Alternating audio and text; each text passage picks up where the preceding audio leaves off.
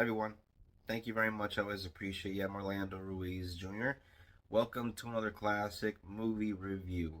This is my review of a 1992 horror movie, Sleepwalkers.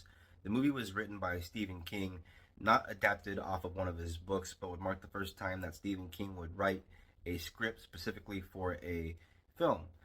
This movie was directed by Mike Garris, who directed the 1994 TV Stephen King miniseries The Stand, also the 1997 adaptation Stephen King TV miniseries The Shining, and he also directed Psycho 4, Critters 2, among other Stephen King, properties.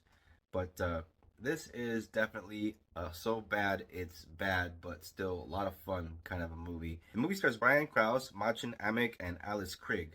Brian Krause was in a lot of B movies out of the mainstream stuff that he did. I think that he was in the sequel of The Blue Lagoon, the 1991 The Return of the Blue Lagoon, and he was also a regular on the 2000s show Charmed. But yeah, in this movie, he plays the role of Charles Brady.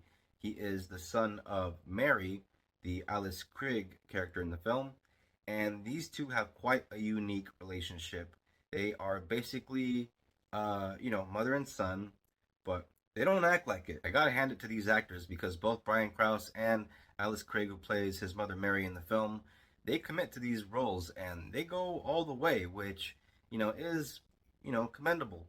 However, their roles are very badly written because the characters are awkward to watch on screen, considering he's basically, doing his mommy. The Mary character is very possessive of her son, and she can be very jealous if her son takes an interest romantically in another female. And her and her son, they have like this scheme. They go around from town to town, and their thing is basically sucking the life force of the virgin females in the area. So yeah, that's their thing basically. And they're also cat people, kind of like a werewolf, but they're not werewolves. They're were-cats. They got little fangs, and not only are they cat people, but they can morph, and they also have telekinesis, and somehow they can control their like visibility. They can turn invisible on a whim when they feel like it, and it comes in handy. If you are a cat lover, do not watch this movie. You are going to hate this movie. And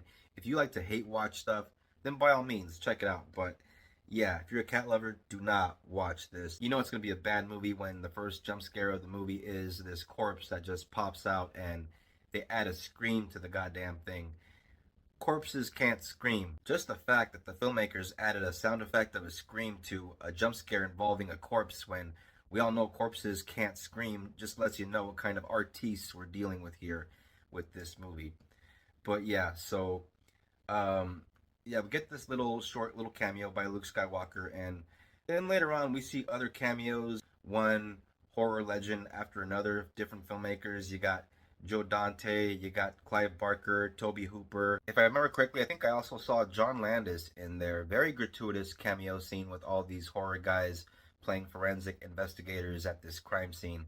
It's the kind of thing they put in there for movie geeks like myself that seen these guys in like behind the scenes stuff so we can spot them and say, oh, that's him. There is kind of a romance in the movie, and I'm not talking about the romance between the mother and son characters, but I'm talking about Charles and the character Tanya, who he meets at a movie theater, who he goes to school with. He's the new boy in school, and so when he's at the movies by himself, he introduces her. She's working at the concession stand. Charles dates Tanya and tries to keep his true intentions a secret from her, and there's also a scene where he takes her to meet his mother, which gets pretty weird, and that scene is actually kind of fun to watch, but then you get to the scene where he reveals himself when he does try to go all out and get her, virgin life force. I know that as the viewer, I'm supposed to care about Tanya in the scene where Charles is attacking her because she is, after all, a victim, but for the most part, because the movie is told from the point of view of Charles, he is, after all, the main character and the bad guy, you don't really care all that much about other characters. You just kind of want to see the whole thing play out and see where it goes, and they try to make her basically like the heroine a little bit too late, and it's like too little too late in the end. And had they had done it where her character was the protagonist, if the movie had told this story from her point of view, then the Charles character might have been more of a mystery, and his big reveal would have been a lot more impactful. Look out for Hellboy himself, Ron Perlman, in a small part as one of the sheriffs who ends up being a victim in the film. And there are a few sheriffs in the film that are working in this small town investigating the weird goings on. One of them being Andy, who has a cat who is pretty much the MVP of the movie. He isn't a main character, but personally for me, I think the Sheriff Andy character is one of the main reasons to watch this movie. I think he is the best character. He has some of the funniest moments in the film because of his dialogue, which is pretty over the top, but still very well delivered by the actor.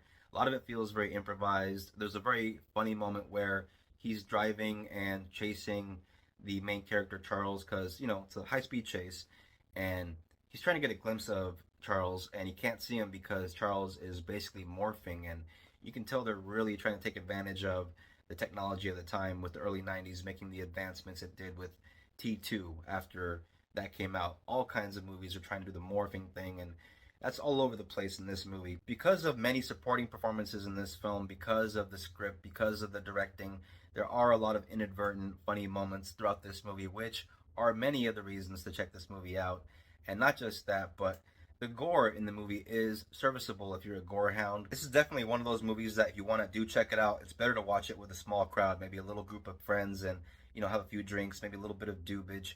Always makes for a better experience when it comes to a so bad it's fun kind of movie. But Sleepwalkers is a 1.5 star movie for me.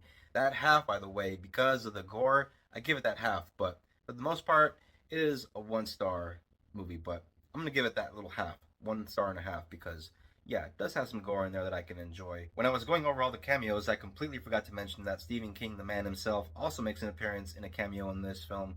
I just got reminded of it by looking at this screen since his name is right there on the cover. Duh. But yeah, Stephen King, 1992, Sleepwalkers, bad movie, a lot of fun. Check it out. Thank you very much for watching this classic movie review. I always appreciate it. If you're into movies, if you're into the classics, if you're new to the channel, hit the bell, become a subscriber. Please don't forget to comment, share, like. If you're a returning viewer, thank you very much for your support. I always appreciate it. Everybody take care of each other. Peace out. Till next time. God bless.